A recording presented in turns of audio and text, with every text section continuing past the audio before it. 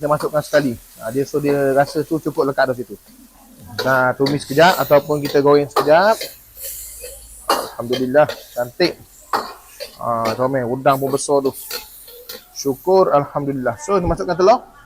Sedikit telur, lebih kurang sebiji telur. Sebiji telur saiz grade C. Lebih kurang. Begitu. Ni make sure masuk betul-betul guys. Jangan dok masuk ni. Kerang-kerang tu bahaya. Makan ni nasi untuk seorang makan satu sendok kita ni. Okey. Okey, ngam. Cantik lah. Goreng rata. Senang saja guys, senang saja. Masuk ke dalam ini senang saja. Lepas tu macam biasalah sayur-sayur. Sayur ni terpulang pada korang. Nak bubuh sayur benda terpulang pada awak mung lah. Tak usah duk tawi lah bubuh benda ni, bubuh benda tu. Tak usah duk baloh lah. Bubuh nak bubuh apa nak bubuh. Berasa sikit, gula sikit, sawi sikit. Carrot sikit. Ini Abai punya style. Perasa tadi Perasa tu pun pandai-pandai.